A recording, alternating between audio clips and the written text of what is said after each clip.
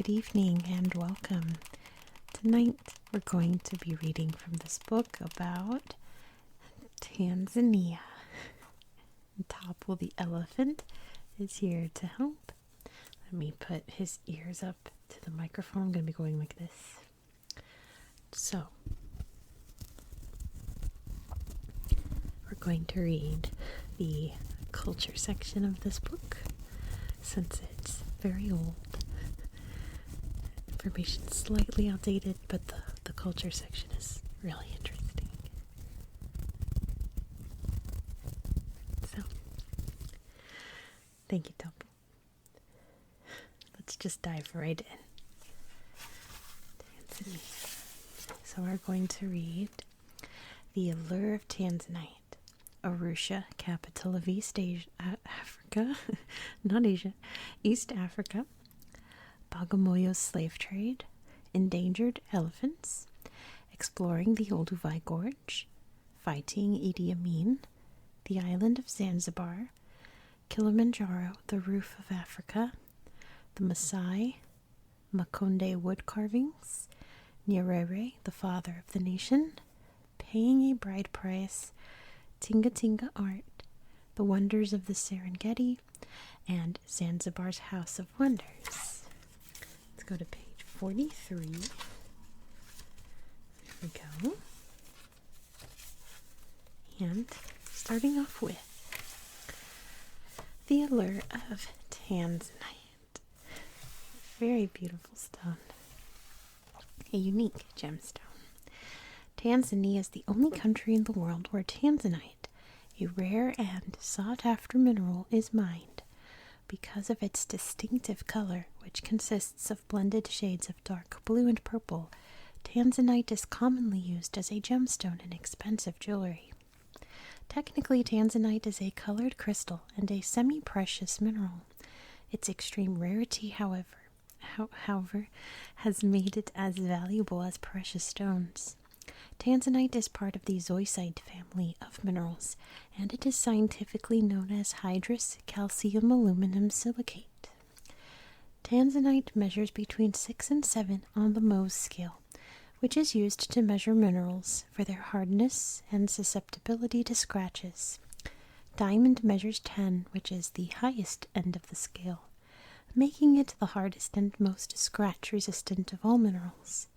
Because pieces of tanzanite fracture or crack easily, they have to be handled with extreme care during cleaning and cutting. A worldwide sensation. Tanzanite was first discovered in 1967. Some Maasai herdsmen reportedly saw some objects glistening in the sun when they traveled past the plains near Mount Kilimanjaro and picked them up. Since then, more tanzanite has been mined from the Marilani Hills near the city of Arusha and presented to experts around the world. Nicknamed the gemstone of the 20th century, tanzanite became one of the most sought-after gemstones for jewelry, especially after a world-renowned jewelry company, Tiffany of New York, promoted it with an advertising campaign in 1969. One of the more spectacular specimens of tanzanite known to the world is kept in the National Museum of Natural History in Washington, D.C.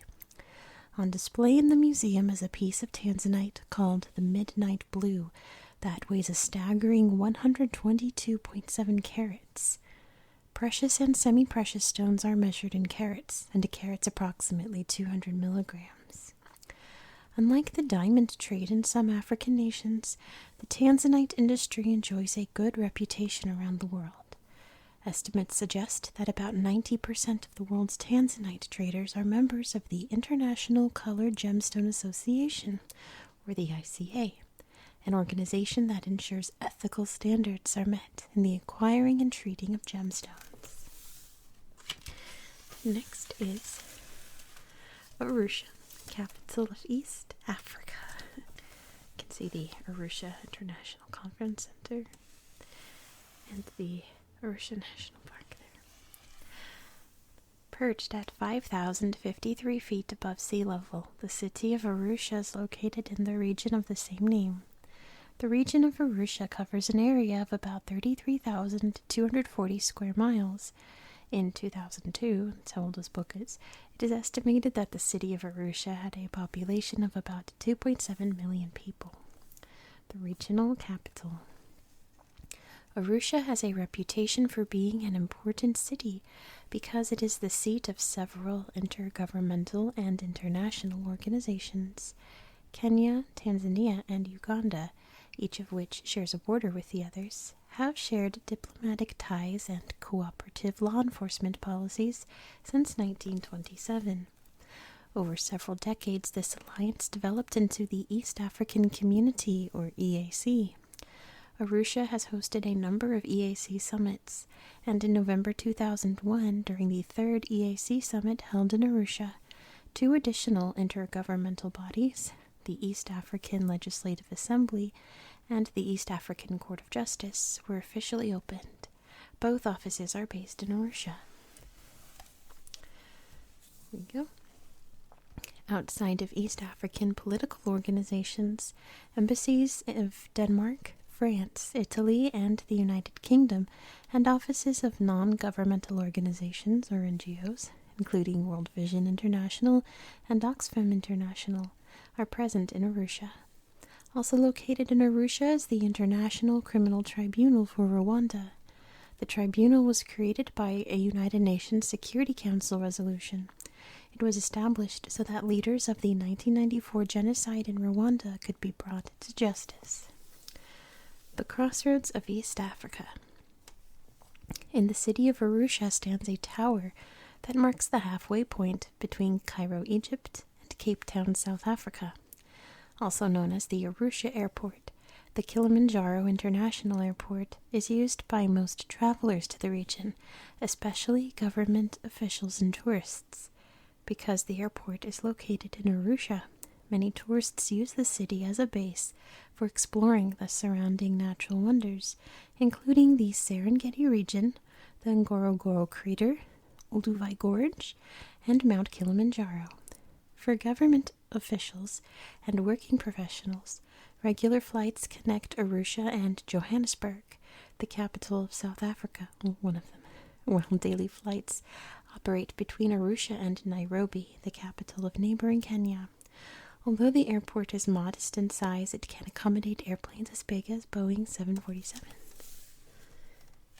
And next is Bagamoyo's slave trade. It's going to get a little depressing. There's a picture of what it could have looked like back in the day, and slave quarters on the ships. Really sad. Let's read about it. A sleepy seaside town, Bagamoyo is located 45 miles north of Dar es Salaam and looks into the waters of the Zanzibar Channel. Life in Bagamoyo, however, was very different back in the 18th and 19th centuries, when it crawled with activity as one of East Africa's largest slave trading centers. The name says it all. According to many accounts, Bagamoyo's name is a reminder of the role the town played in the slave trade.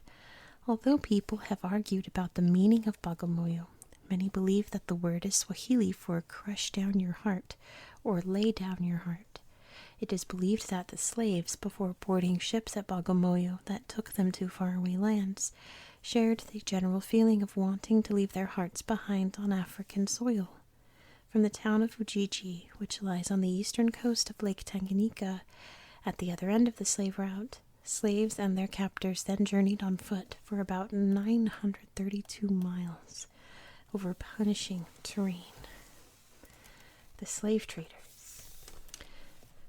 The Omani Arabs were the main players in the region's slave trade.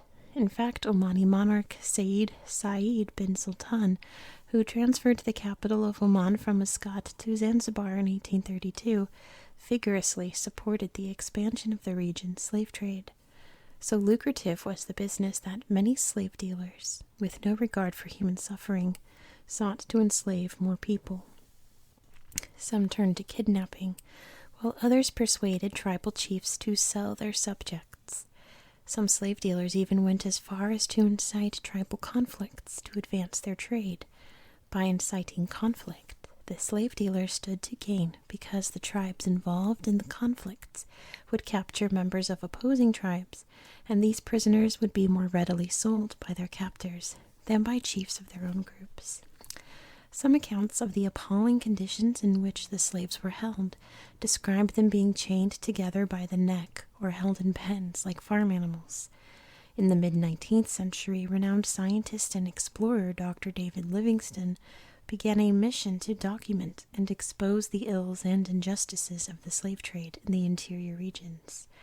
He observed that 10 slaves died for every 1 slave that survived the ordeal of walking from the interior to the coast. The Zanzibar slave market formally closed in 1873, but the slave trade in the region continued until Dar es Salaam became the new center for trade and commerce. Next is endangered elephants, which there's some sweets right there. And there's a really sad picture of ivory. Anyway, endangered elephants. Established in 1975, the Convention on International Trade in Endangered Species of Wild Fauna and Flora, or CITES, seeks to protect, among other species, elephants around the world from indiscriminate hunting. Only 2 species of elephants exist in the world, the Asian elephant and the African elephant. Many African nations, including Tanzania, became members of CITES in the 1980s. Since 1989, CITES has banned members from participating in the trade of ivory or ivory products, which come from elephant tusks. I'm going to grab a cough drop real quick. Hold on. It might be crinkly. I don't know.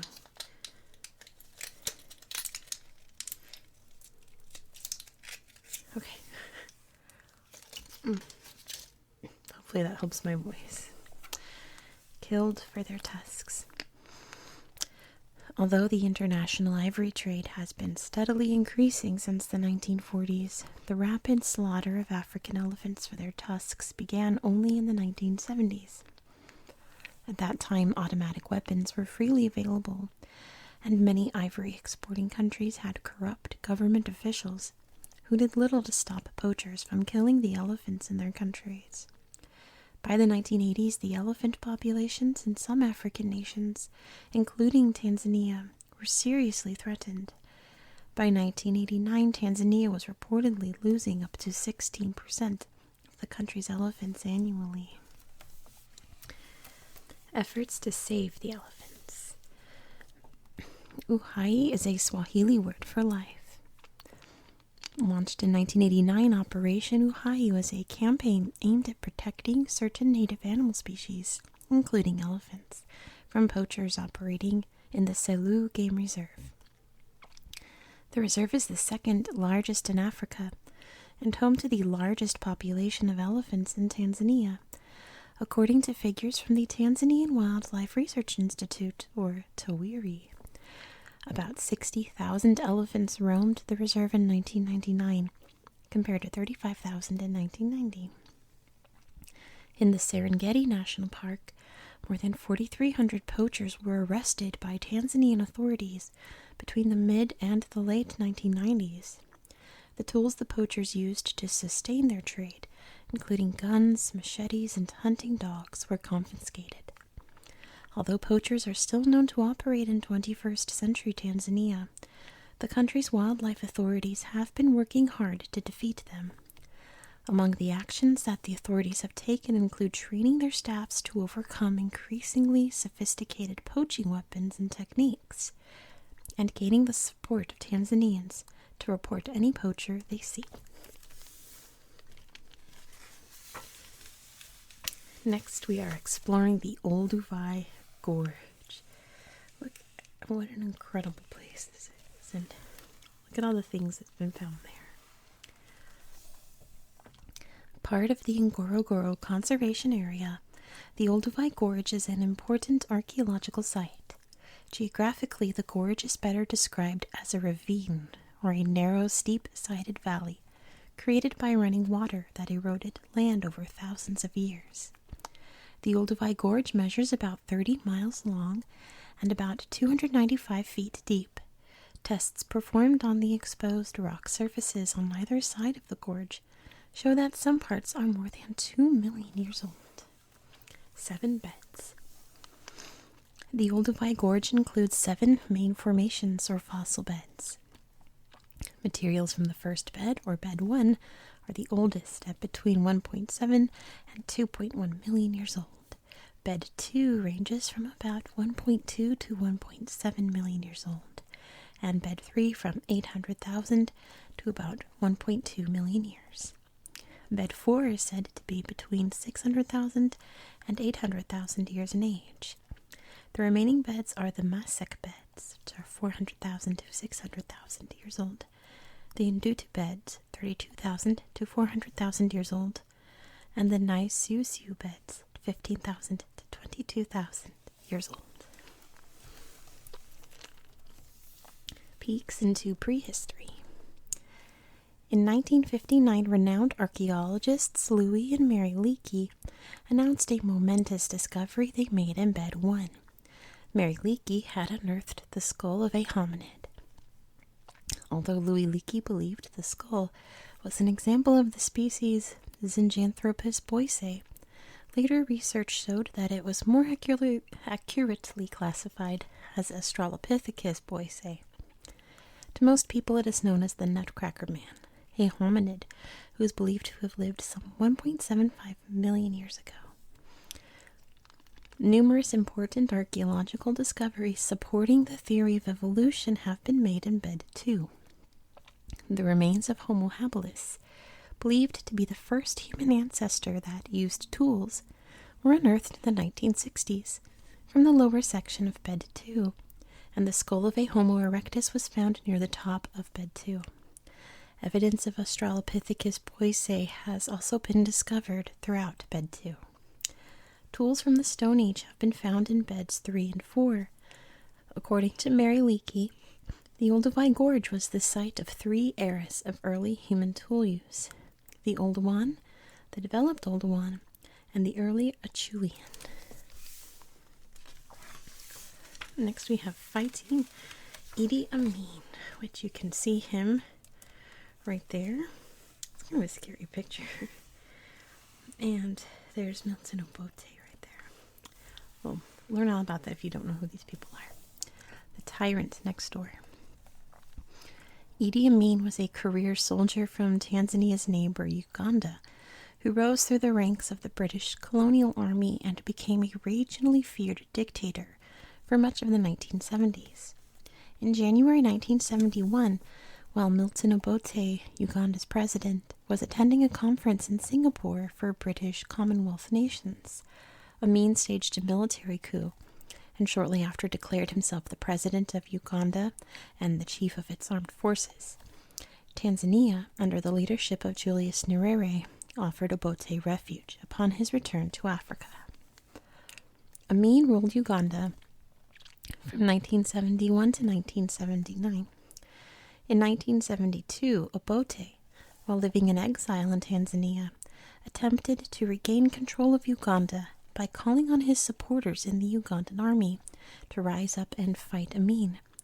Obote's plan failed, leading to ethnic division and discrimination in Uganda and cross-border attacks on villages in Tanzania. Because Obote was Lango and most of the Ugandan soldiers who supported him were Acholi, Amin, who was Kakwa, ordered that every Acholi and Lango person in the Ugandan army be removed. The mood of Amin's cleanup operation then spread to Ugandan civilians. The result was that thousands of Acholi and Lango people were persecuted. Tanzania opened its doors to Ugandan refugees and exiles from Amin's regime. The beginning of the end.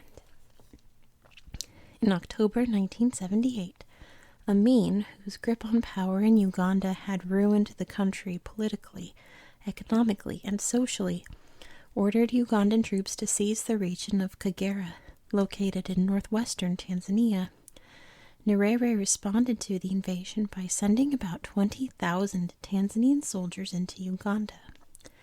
Although Libya had sent some troops to fight on the side of Uganda, The Tanzanian troops were joined by Ugandan rebels and exiles who had earlier escaped to Tanzania. In April 1979, Kampala, Uganda's capital, fell to Tanzanian-led forces after about 6 months of fighting. With Tanzania's victory, Amin fled Uganda, first to Libya and then to Saudi Arabia, where he lived until his death in August 2003. Obote's presidency was soon restored after the war between the two neighbors ended. Next we have the island of Zanzibar. Here's a big building in Stone Town and a bunch of spices.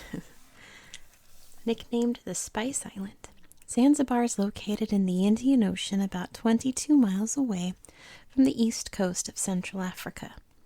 Zanzibar, also known as Unguja, covers an area of about 637 square miles and measures 53 miles from the northernmost to the southernmost tip. At 390 feet above sea level, Masingini is the highest point on the island. A rich history and heritage. Up until 1964, Zanzibar was an autonomous country. That year, Zanzibar, Pemba, and other nearby islands united with mainland Tanganyika to form the United Republic of Tanzania. Tanganyika, Zanzibar. Yeah. The first people to settle in Zanzibar were Africans. They were followed by Persians as early as the 7th century. A long cough drop moment. Here we go. Although the Persians assimilated with the locals, their legacy is still evident in 21st century Zanzibar, where most people of African Persian descent refer to themselves as Shirazi. Shiraz is the city in present-day Iran from which the earliest Persians are believed to have emerged. Arab traders, mostly from Oman, arrived later and altered the island's sense of society. Race and class distinctions divided the population of Zanzibar, with the Arabs forming the upper class of the island. Although the Portuguese dominated the island, as well as much of East Africa in the 1500s and 1600s, they only weakly influenced life and culture on the island. It was through the Omani Arabs that Zanzibar grew into a prosperous trade center. Cinnamon, cardamom, nutmeg, and vanilla were some of the spices that were grown on Zanzibar and other nearby islands. Cloves, however, became the region's single most important crop. In the 21st century, the scenic landscape and coastlines of Zanzibar attract tourist dollars in addition to supporting the traditional industries of agriculture and fishing. Nearby islands. Pemba Island lies to the northeast of Zanzibar and probably has more fertile land than Zanzibar. The island's Arabic name is Jazirat al-Qudra, which means Green Island. It is one of the world's largest producers of cloves today. Mafia Island lies to the south of Zanzibar, close to the delta of the Rufiji River. The island has remained untouched by the modern world, and the friendly people follow a traditional lifestyle.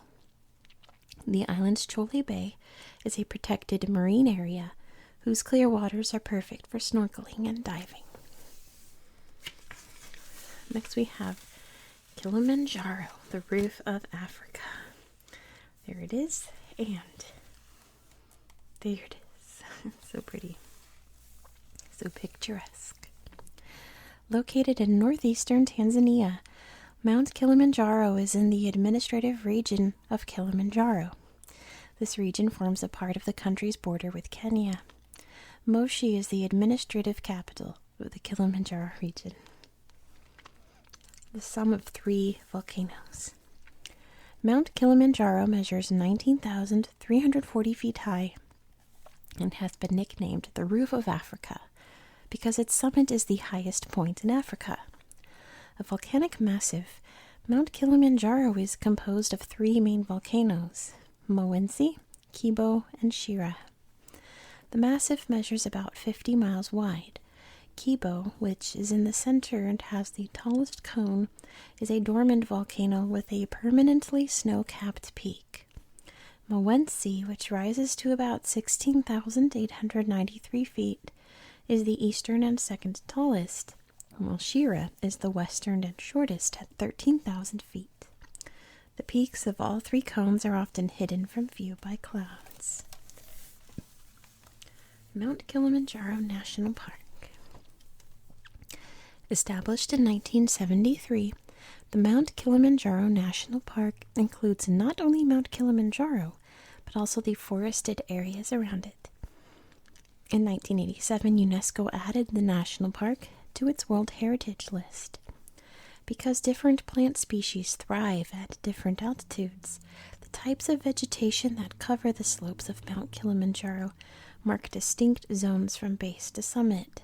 Semi-arid scrub, or areas of low trees and shrubs, alpine desert, and dense forests are some of these zones. Forests that grow on the mountain's southern slopes, as well as the surrounding areas, support rich animal life.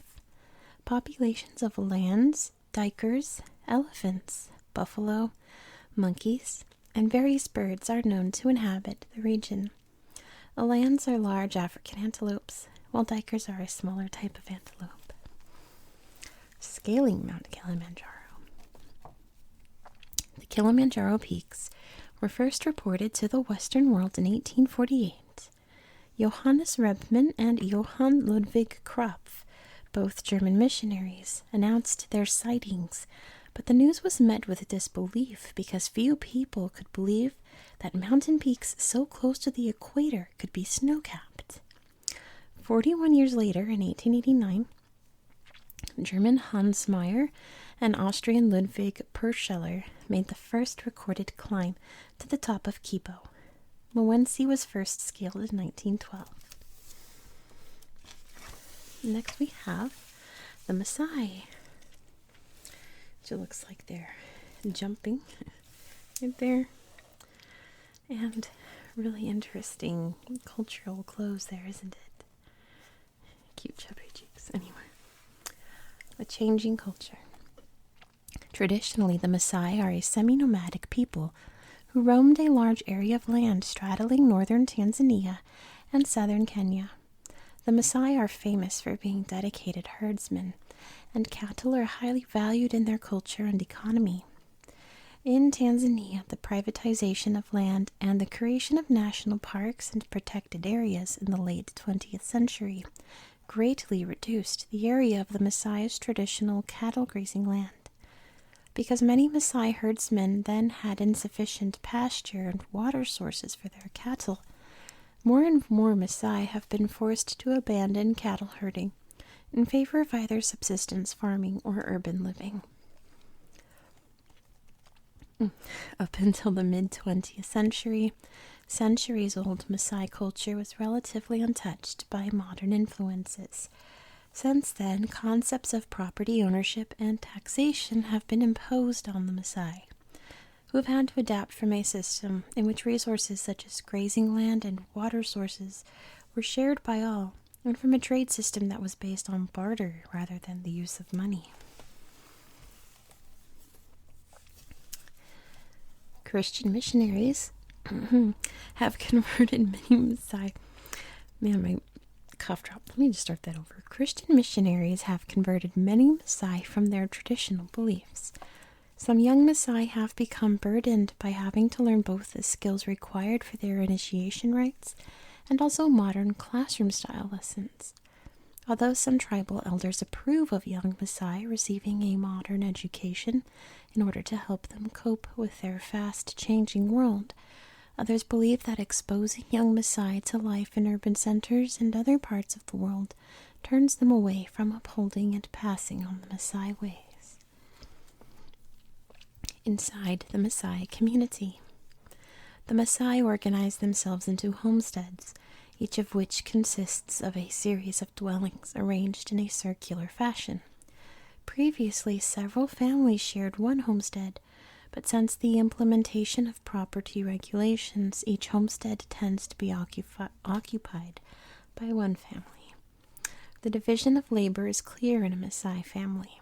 Adult men provide security to the community by serving as warriors, while uninitiated male members of the tribe contribute by herding cattle. There goes my... Okay. Women, on the other hand, are expected to perform daily chores, in addition to building the family's huts, which are made from a combination of mud, sticks, grass, and cow dung. And next is the Makonde wood carvings, which it's so detailed. Look at that. And there's someone making one right there. Tanzania is world famous for its wood carvings. Most of the country's wood sculptures are created by the Makonde people, the people behind the art form. The Makonde are a Bantu-speaking people who live in the region that straddles southeastern Tanzania and northeastern Mozambique. The Ruvuma River separates the different Makonde groups. They are mainly an agricultural people who still practice the slash and burn method of farming. The Makonde have been able to retain many of their original ethnic traditions because their isolated location has allowed them to remain relatively untouched by foreign influences. The art of the people. To create their exquisite works, the Makonde work with the ebony known as African black wood or mpingo. The heart of the mpingo tree is dense and has a deep brown or black color, while the bark of the tree is lighter in color and softer. This combination makes the wood ideal for carving. The Makonde are known for their mapiko masks, which are required during rituals that initiate boys into manhood. A matrilineal society, the Makonde carve female statues that are used for ancestor worship. Traditionally, Makonde carvings have nature as a theme. In recent years, 3 contemporary styles of carving have emerged. The most popular is Shetani, which is Swahili for little devil, and involves carvings of demon-like creatures. The style, known as Ujamaa, is based on the spirit of the family or the village. Ujamaa carvings are usually created out of a single piece of wood and have a large central figure at the top, watching over people engaged in everyday activities. The third style is the most abstract, encouraging the carver to work with forms. It is known as mawingu, which is Swahili for clouds. How interesting. Abstract carvings. Next we have Nyerere, father of the nation. There he is. And there he is. An educator, a leader, and a visionary. Julius Kambarage Nyerere was born in a small village near the country's northern city of Musoma and Lake Victoria. At Makerere College in Uganda, he trained as a teacher. When he graduated, he returned to Tanganyika and taught for some years. In 1949, Nyerere received a government scholarship to pursue a master's degree in history and political economy at the University of Edinburgh in Scotland. Nyerere's interest in his country's politics took shape in the 1950s. By 1960, the Tanganyika African National Union, or TANU, a political party he helped found in 1954 and then led as president, won the parliamentary elections in a landslide victory. Nyerere served as Tanzania's president from 1964 to 1985.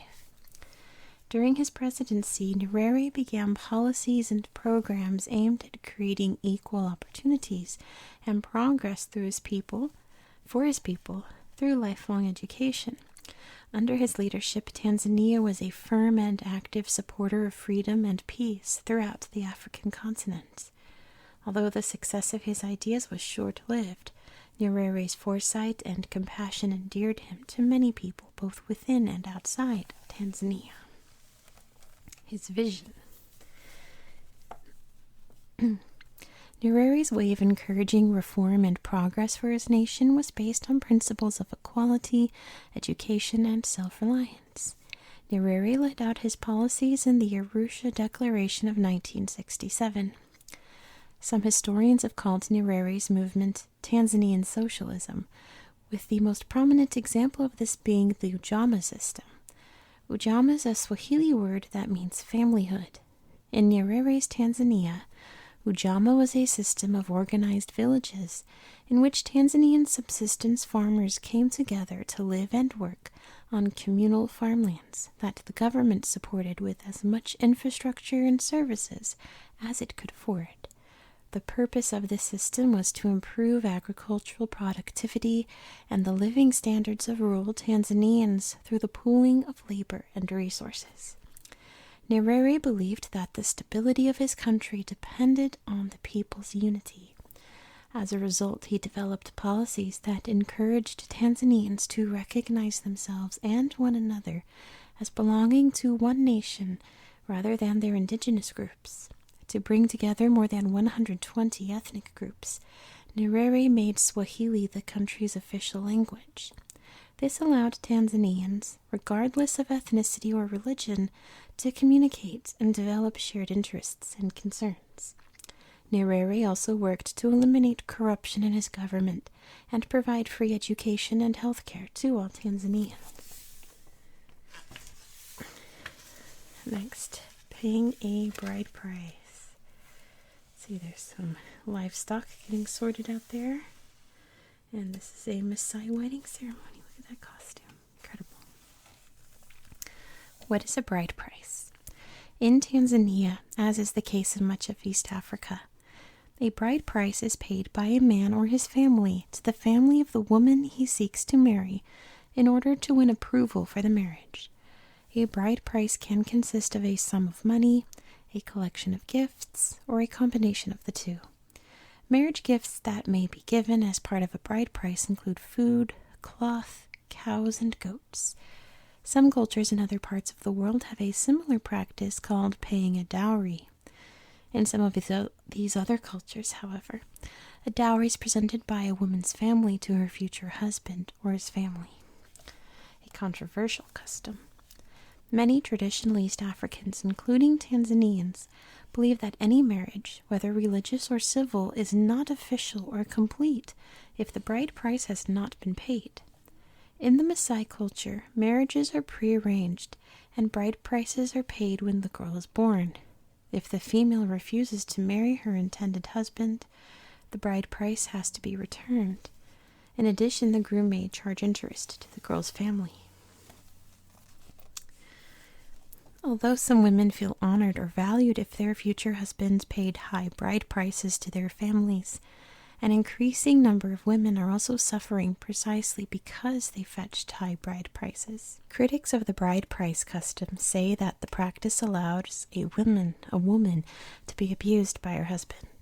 A husband may believe that he has rightfully purchased his wife, and he may therefore feel that he can do whatever he likes to her because she is his property.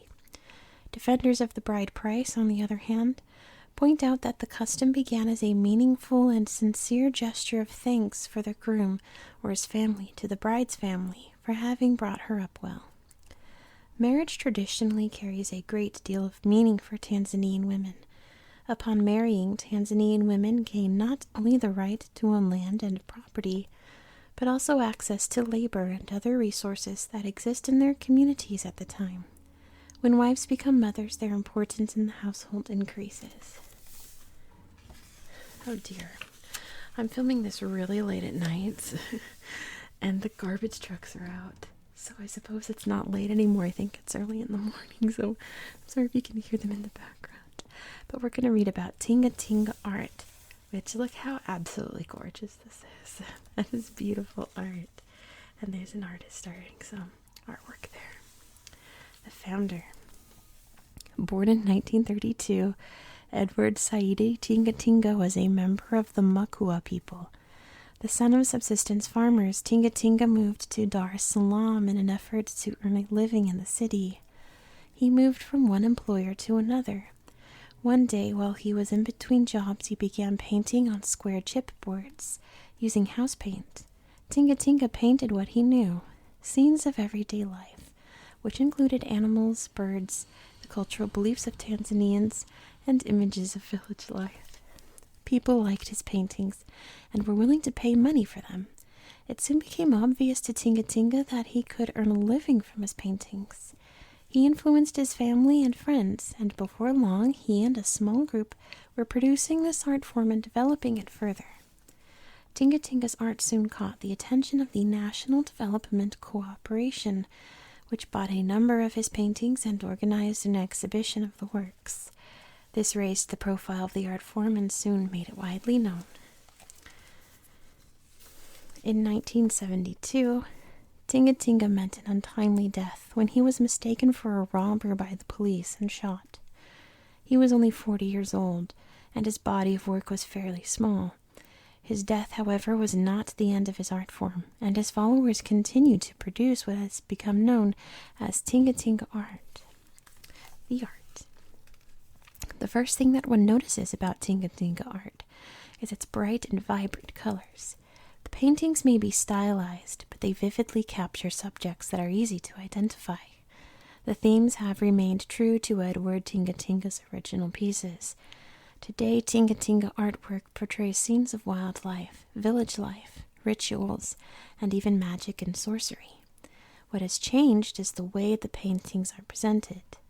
Tingatinga artists of today draw inspiration not just from what is around them, but also from each other. They share ideas and hone their skills, and the results are finished products that are very polished.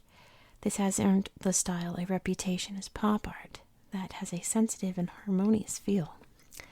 A directive from the government caused the forming of the Tingatinga Arts Cooperative Society. Its purpose is to teach the art form and make it better known around the world. There we go. Next is the wonders of the Serengeti. There's some thirsty zebras and some sweet lions there. The Serengeti region is composed of the Serengeti National Park, the Ngorongoro Conservation Area, and a number of smaller reserves in northern Tanzania, as well as the Maasai Mara Game Reserve in southwestern Kenya.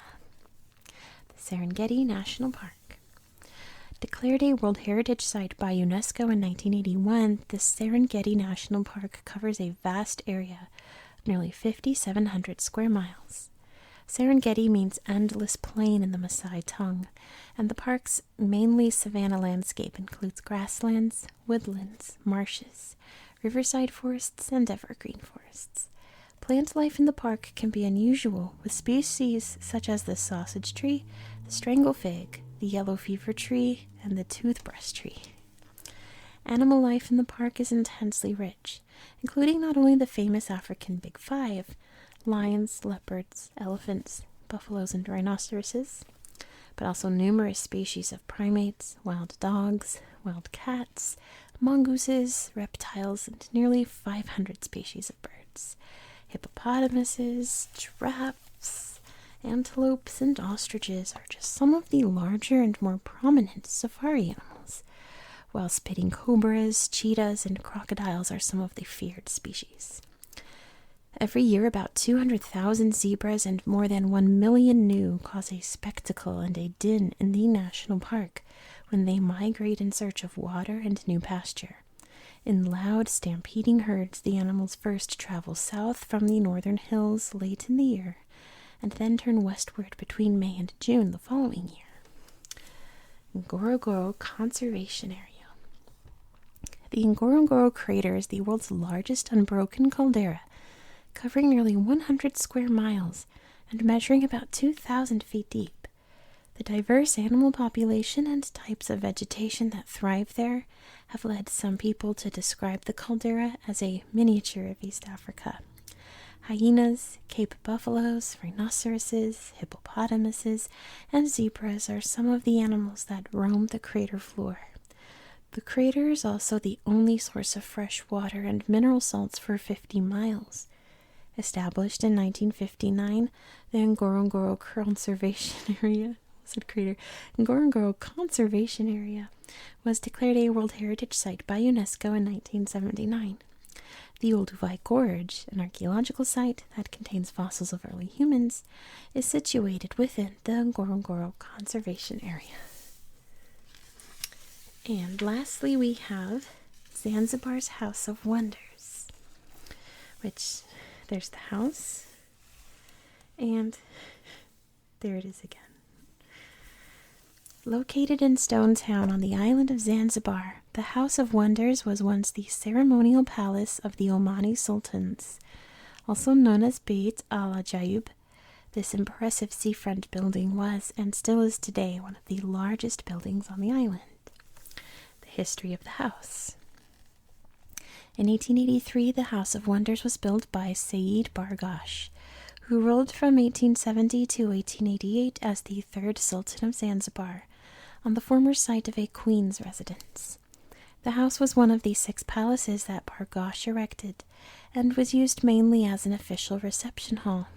In 1896, Said Khalid, a son of Bargash, attempted to claim the throne after the death of his father's successor. At the time, Zanzibar was a British protectorate, and the British did not support Khalid's claim to the throne. During what is now called the shortest war in history, the House of Wonders sustained some damage when the British bombarded Stone Town. The lighthouse was destroyed, but it was later replaced by a large clock tower. After the war, the House of Wonders was the place of residence for 2 successive sultans. In 1911, it was converted into government offices. Today, the building serves as the Museum of Zanzibar History and Swahili Civilization. The wonders of the house. When it was built, the House of Wonders was the tallest and one of the largest buildings in the country. Designed by a British marine engineer, the House of Wonders was the first building in Zanzibar that had electricity, running water, and an elevator.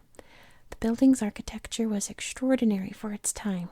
Its cast iron columns allowed a wide balcony made of reinforced concrete to run along all 4 of its sides. The columns also allowed the House of Wonders to have very high ceilings, making the building even more imposing. The open galleries that surround the covered courtyard could be reached only by a majestic marble stairway. Some of the doors on the inside of the house bear exquisite carvings of passages from the Quran. And that will be the end for tonight. Thank you so much for watching. I hope that you found this video relaxing and educational. I know Topple did. And I hope that you have a very good night. Good night. Good night.